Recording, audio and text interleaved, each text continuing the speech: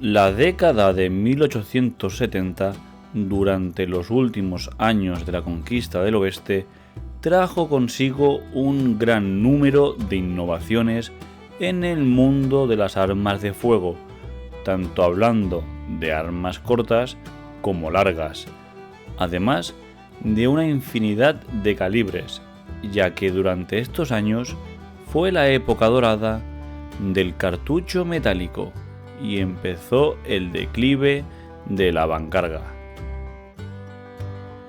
Uno de estos numerosos avances fue el rifle de repetición y de gran capacidad Evans, diseñado a principios de la década de 1870.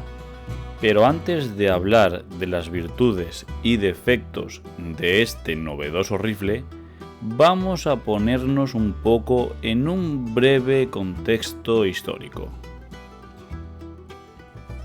Tan solo 10 o 15 años antes, durante la década de 1850 y 1860, el modelo de arma larga común eran los rifles y escopetas de avancarga, de tan solo 1 o 2 disparos. Con la invención del revólver, se hicieron armas largas y cortas de tambor rotativo de unos 6 disparos la mayoría, considerándose armas de gran capacidad para la época. Sin embargo, seguían siendo de avancarga, por lo tanto, muy rápidas de disparar, pero muy lentas de recargar, y en ocasiones peligrosas. En sus versiones rifle-revólver, ya que ponías la mano delante del tambor y sus recámaras cargadas podían ocasionar un disparo en cadena y volarte algún dedo, además de ser más vulnerables al clima y a la humedad. Ya a principio de la década de 1860 llegaron novedosos modelos de fusiles, como los Henry y Winchester o las carabinas Spencer, todas de cartuchos metálicos, haciéndolas más rápidas de recargar y mucho más seguras. En calibres pequeños, prácticamente de arma corta, podíamos encontrar los rifles Henry 1860 o los Winchester 1866 Yellow Boy, con una capacidad de 15 hasta 18 disparos, dependiendo de la versión, ambos en calibre 44 Henry, que podemos comparar actualmente como si fuese una carabina del 45 ACP, más o menos. Es el calibre que usa la pistola 1911. Un calibre suficientemente potente para abatir a una persona a corta distancia, sin embargo, a partir de los 100 metros dejaba mucho que desear, aunque su punto fuerte era la gran capacidad de estos fusiles y la cadencia de disparo, auténticos fusiles de asalto de la época. Aunque si en la época buscábamos algo de un calibre más potente y con un mayor alcance, podríamos recurrir al fusil Spencer 1860 o al Spencer 1865 en el calibre 56-56 Spencer, un calibre bastante más potente que el 44 Henry, pero no tan poderoso como el 50-70 o los posteriores 45-70.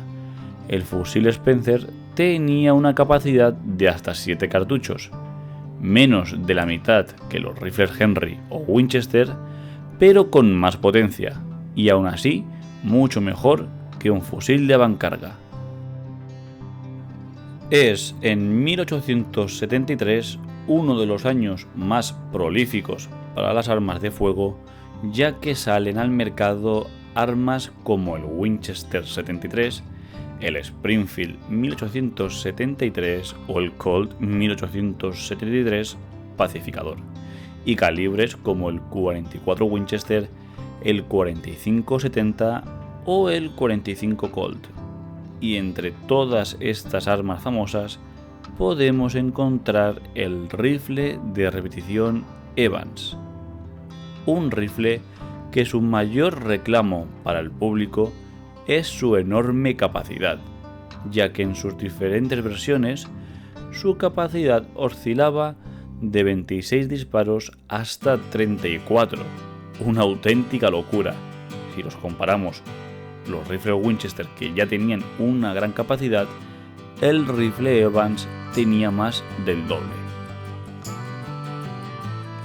En un principio, como prácticamente todos los demás fusiles, fue diseñado para convencer al ejército de Estados Unidos que armase a sus tropas con el rifle Evans.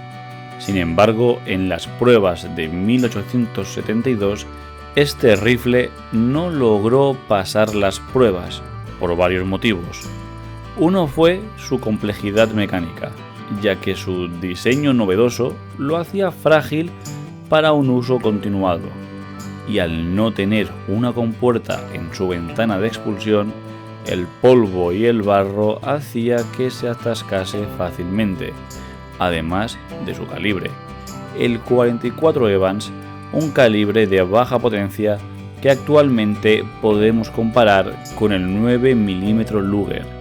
Además, el ejército de Estados Unidos no estaban interesados en rifles de repetición, ya que decían que los soldados malgastaban mucha munición y al final adoptaron el fusil Springfield 1873 de un solo disparo del potente calibre 45-70. Cabe destacar que Perú sí que compró unas cuantas unidades de estas carabinas Evans, además de algún país como Rusia. Por lo tanto, después del fracaso con el ejército, los rifles Evans se empezaron a vender en el mercado civil, en tres versiones principalmente: una versión carabina con un cañón más corto y manejable, una versión rifle con un cañón más largo para tiros a distancias más largas y una versión mosquete para el ejército. También se hicieron tres modelos de este rifle. El primer era el modelo antiguo, luego llegó el modelo de transición y finalmente el más fabricado, el modelo nuevo. Los dos primeros modelos fueron un fracaso, ya que apenas se fabricaron unas 1500 unidades. Sin embargo, el modelo nuevo con sus mejoras se fabricaron casi 13.000 unidades en tan solo un año. La principal novedad de este nuevo modelo era su calibre. Seguía siendo del 44, pero fue alargado para poder llevar una mayor cantidad de pólvora y una bala de mayor peso, conocido como el 44 Evans largo. Este aumento de potencia lo puso al nivel prácticamente del rifle Spencer, pero el Evans con una capacidad de unos 26 cartuchos. Además del calibre, podemos ver también le añadieron una compuerta en la ventana de expulsión para protegerla de suciedad, entre otras mejoras.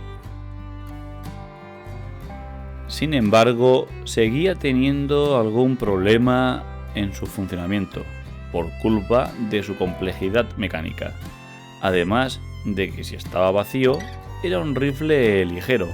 Sin embargo, cuando llenabas con 26 cartuchos su cargador helicoidal que se encontraba en la culata, aumentaba considerablemente su peso, y al estar todo ese peso en la parte trasera del arma, lo convertía en muy poco equilibrada, además de su sistema de carga al tratarse de un tornillo sin fin o de Arquímedes. No contaba con ningún muelle, por lo tanto, cada vez que introducías un cartucho, tenías que accionar la palanca para ir subiendo este. Sin embargo, este sistema te obligaba a disparar todo el cargador para poder volver a recargarlo, ya que si lo querías cargar totalmente entero, tenías que vaciarlo del todo. Aunque desde mi punto de vista lo que acabó con este arma fue su calibre. Recordemos que durante esta época prácticamente cada arma de fuego tenía su calibre específico, como el 44 Winchester, el 45 Colt, el propio 44 Evans, el 44 Merwin y un largo etcétera. Por lo tanto, si vivías en una gran ciudad como Nueva York, seguramente no tenías problemas en encontrar stock de cualquier calibre en tu armería. Sin embargo, si habitabas un pueblo en la frontera, era más difícil encontrar una gran variedad de calibres en tu armería local. Casi siempre tenían los más vendidos, como el 4440 o el 4570 del gobierno. No fue hasta la década de 1880 que los fabricantes empezaron a producir armas en calibres que ya eran famosos, para aumentar así sus ventas. Hemos podido ver este rifle en pocas películas, pero podemos destacar Encrucijada de Caminos o Crossfire Trail, protagonizada por Tom Selleck, donde podemos ver a un personaje haciendo referencia a su gran capacidad de este rifle.